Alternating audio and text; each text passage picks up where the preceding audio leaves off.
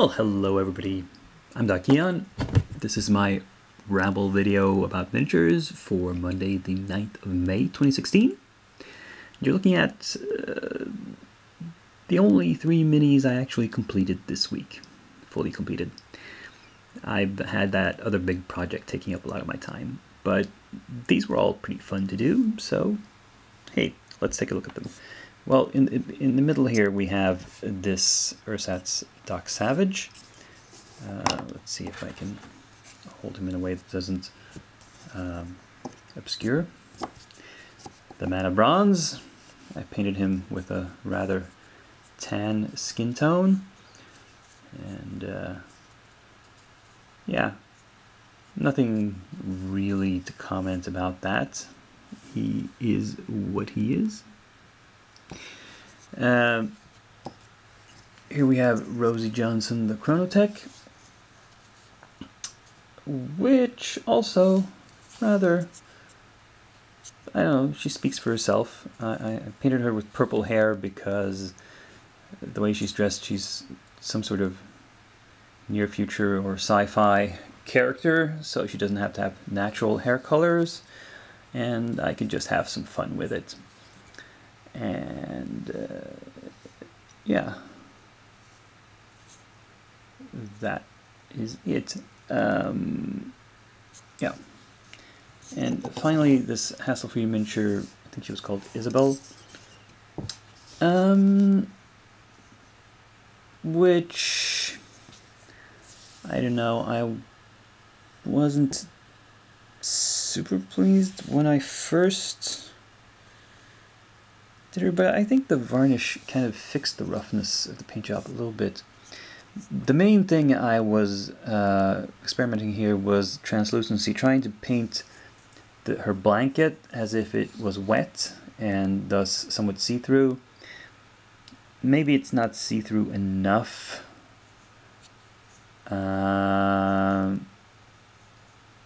Especially the rock is not showing through a whole lot.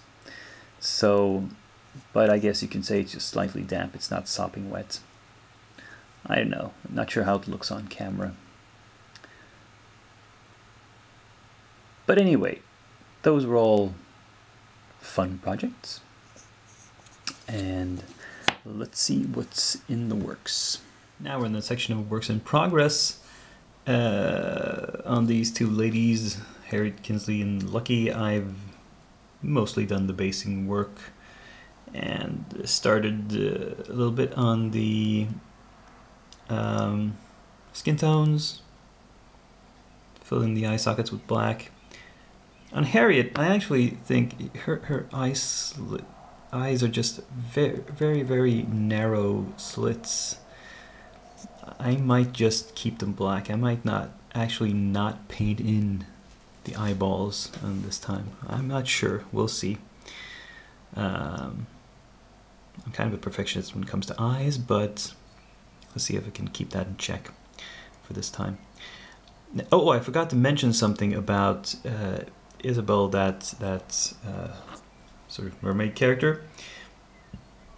I mentioned last time that her nose tip had gotten squashed somehow in transport. I don't know if you saw that she actually had a complete nose now, because I actually managed to paint on a nose tip very carefully with some Vallejo plastic putty. I'd say my most impressive sculpting job so far. And yeah, it blends in pretty well. And yeah, I just have to not touch that nose because it might break off. And you might have noticed she had sort of a greenish tint to her hair. That was intentional, because I thought she's some sort of sea creature, some sort of mermaid or naiad, or, you know, Undine, some sort of water being. So some seaweed green hair seemed appropriate. Anyway, these two girls are in line to be finished next week, I hope.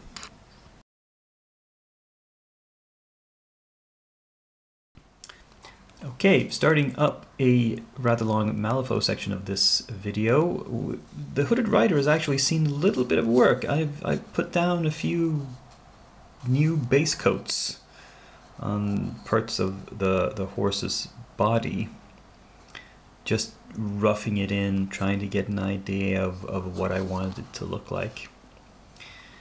It's quite possible he will not be completely done by next week either, because this is something I just pick up and work on a little bit now and then. I've not felt the inspiration to work on him in any sort of structured and concentrated way. But you never know what might happen.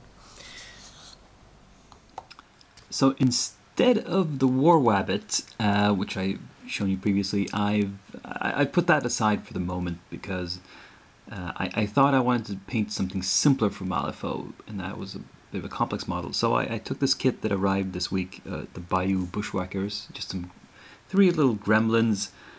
Simple job, I thought. Oh, how wrong I was. These, if you look at these instructions, these build instructions, they're hideously complex for such small models. So this guy is the simplest of them, and even he has a lot of parts for such a small guy. But this one I did put together, and this one had a few issues where it was unclear how, for example, these little feathers are supposed to fit on. They don't look that way. Here in the picture you don't see any feathers, you just see a bit of a lump, and it took some figuring for me to realize that the shape of that lump was the shape of the top part of this feather attachment, and how it interacts with that rifle strap. Yeah, I had to figure that out for myself. The picture doesn't help. But the worst one, the very worst one, was this guy here, the sitting dude. First off, this picture had... These pictures could have more angles. They could have numbers to show the order, because nothing here shows you that you really need to put on the right arm before you attach the leg, because the arm is kind of wedged in between the body and the leg. I missed that, and I attached the leg first, and that meant to get the arm in there I had to carve a chunk of it off. Now this is not visible because it's the part I carved off is way inside, on the inside, so nobody's gonna see it. But the worst thing of all is the left arm, because the gun and the hand was one piece, and as you can probably see here, the rest of the arm was one piece, and it was, I could not figure out how to situate that properly. I could not find any way to make it look reasonable, so I just fudged it with a lot of plastic cement that sort of fused everything together at the shoulder, and I used this feather piece to make it all look at least somewhat coherent, and hopefully nobody looks too closely at it. But these were the most complex builds for something this small I've ever done. And there were a couple of pieces left over. There was a couple of feathers more than are actually shown on the pictures, and I could not find anywhere on the models that were obvious attachment points. So I guess I have those bits left over. But anyway, that was done.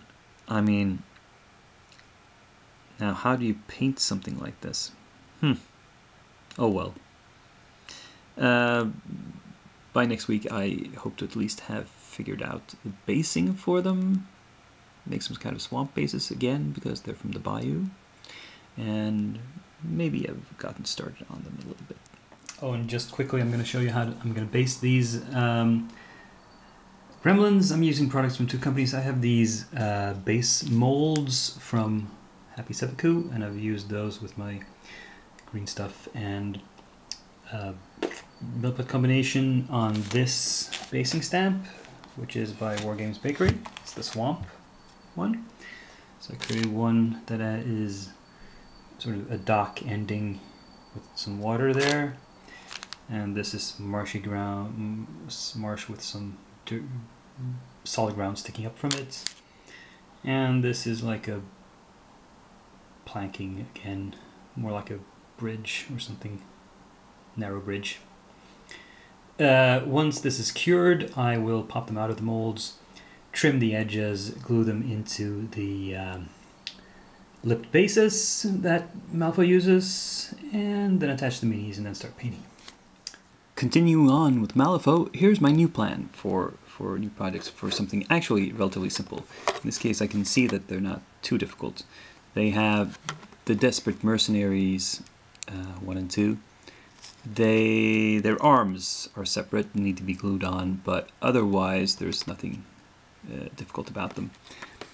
Who are these guys? Well, they're outcasts, and as their names indicate, they're mercenaries. So I've pretty much done with my first two crews as far as models, like Neverborn models for Zoraida and Arcanists or Beasts for Marcus.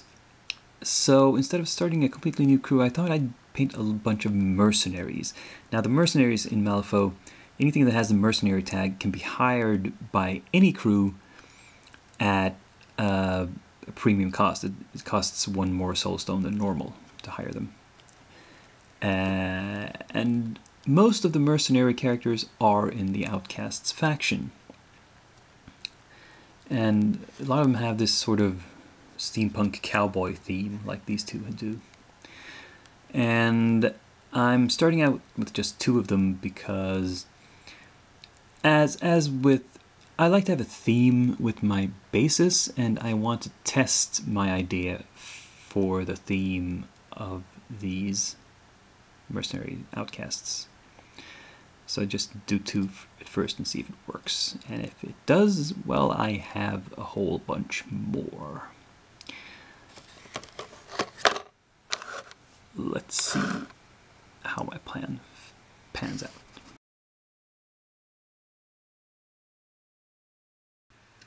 So running pretty evenly there and purchased and painted. The purchase numbers have gone up because I did receive 1 new package, well, a couple of new packages, one with miniatures this week, and that was a sort of semi-random assortment of stuff I picked up in a sale. There was a lot of stuff that was marked down heavily on a certain website.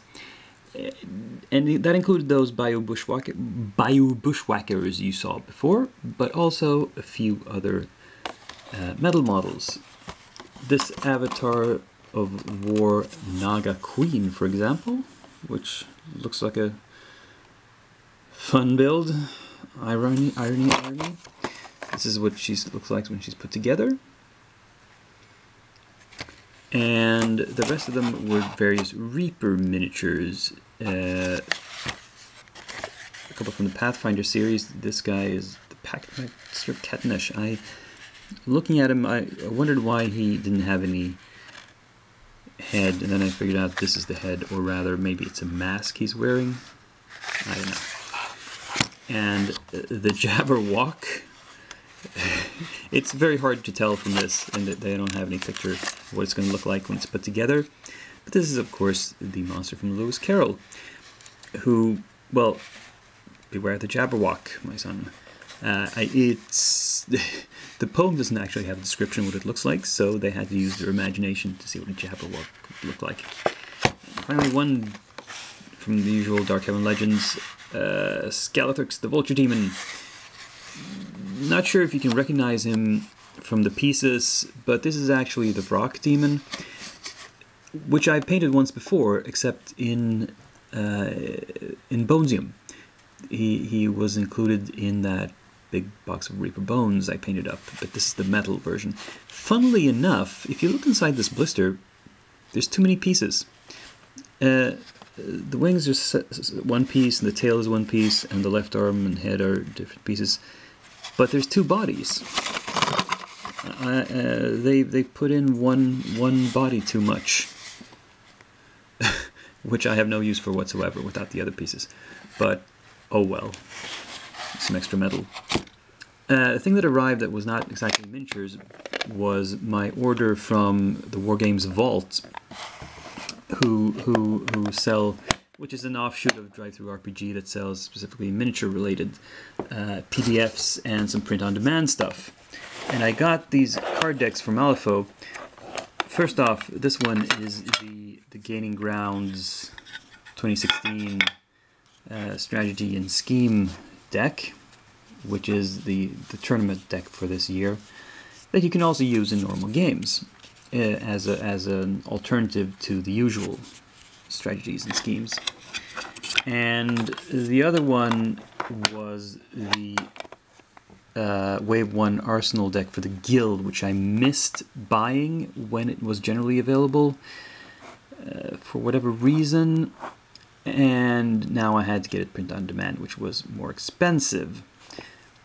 On the other hand, when you buy from there, you get this sturdy plastic box to carry them in instead of the cardboard tuck box that they otherwise come in.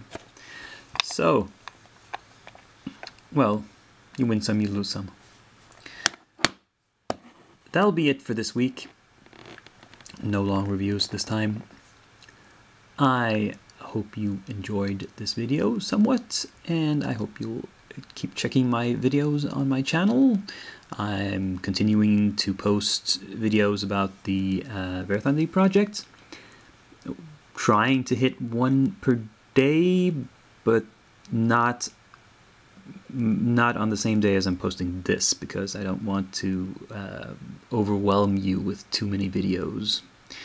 So I'm keeping it down to one video per day in total. So hopefully look for the next one in that series tomorrow. Until I see you in my next video, this is Doc Eon signing off.